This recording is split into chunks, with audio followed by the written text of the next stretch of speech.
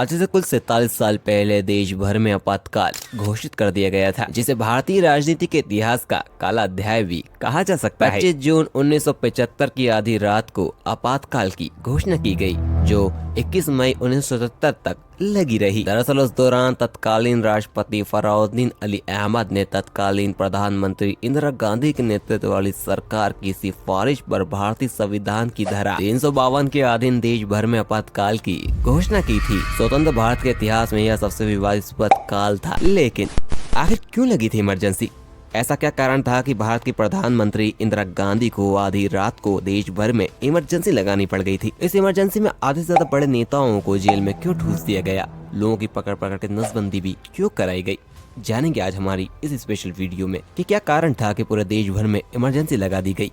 लेकिन इससे पहले अगर आप हमारे चैनल पर नए हैं तो चैनल को सब्सक्राइब करके साथ ही बेल आइकन को प्रेस अवश्य कर लें, ऐसी ही मोर वीडियोस के लिए। आपातकाल में चुनाव रुक गए थे।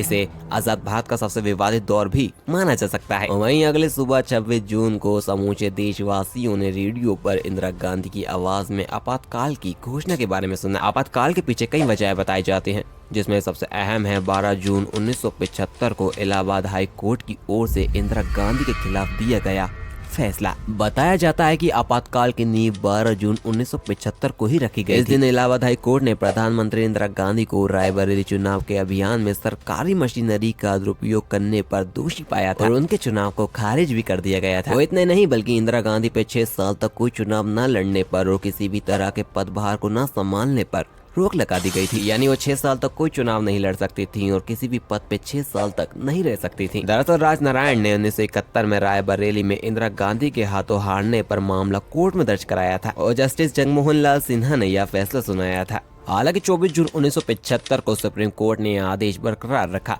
लेकिन इंदिरा को प्रधानमंत्री की कुर्सी पर बने रहने की इजाजत भी दे दी और एक दिन बाद ही जयप्रकाश नारायण ने इंदिरा का इस्तीफा देने तक देश भर में रोज प्रदर्शन करने का आह्वान कर दिया। देश भर में हड़तालें शुरू हो गई थी। जयप्रकाश नारायण, मनोहर देसाई सहित कुछ बड़े नेताओं के नेतृत्व में व्यापार विरोध प्रदर्शन किए जा रहे थे। वहीं इंदिरा गांधी आसानी से बिल्कुल भी सियासत खाली करने के मूड में नहीं थी और वहीं संजय गांधी भी बिल्कुल नहीं चाहते थे कि उनकी मां के हाथों से सत्ता जाए और वो दरवेश सरकार पर भी लगातार दबाव बन रहा था। और बस यहीं से शुरुआत होती है इमरजेंसी की। और आधी रात को इंदिरा गांधी ने तत्कालीन राष्ट्रपति फखरुद्दीन अली अहमद से आपातकाल के फैसले पर हस्ताक्षर ले लिए और इंदिरा गांधी ने 25 जून की रात को ही रेडियो के जरिए पूरे हिंदुस्तान में आपातकाल की घोषणा कर दी। और आपातकाल में जयप्रकाश नारायण की अगुवाई में पूरा विपक्ष एकजुट हो गया। पूरे ही देश में इंदिरा गांधी के खिलाफ आंदोलन शुरू हो गए। सरकारी मशीनरी विपक्ष के आंदोलन को झुकाने में लग गई। अटल बिहारी वाजपेयी, लाल कृष्ण आडवाणी, मुलायम सिंह यादव समेत विपक्ष के तमाम नेताओं को जेल में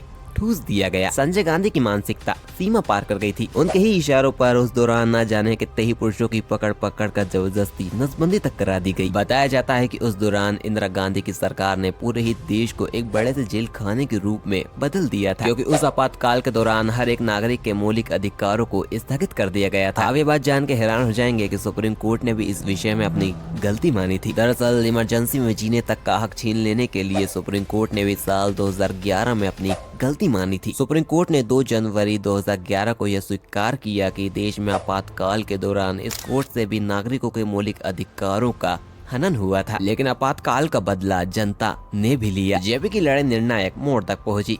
इंदिरा को सियासत छोड़ने पर मोनार्जी देसाई की अगुवाई में जनता पार्टी का गठन हुआ और फिर 1977 में आम चुनाव हुए और 1977 के चुनाव में कांग्रेस बुरी तरीके से हारी। इंदिरा खुद भी रायबरेली से चुनाव हार गई और कांग्रेस 153 सीटों पर ही सिमट के रह गई। और फिर 23 मार्च 1977 को 81 वर्ष की उम्र में मोनार्जी देसाई देश के प्रधानमंत्री बने और ये आजादी के 30 साल बाद बनी गिर कांग्रेस सरकार थी। तो ऐसे लगी थी भारत देश में इमरजेंसी।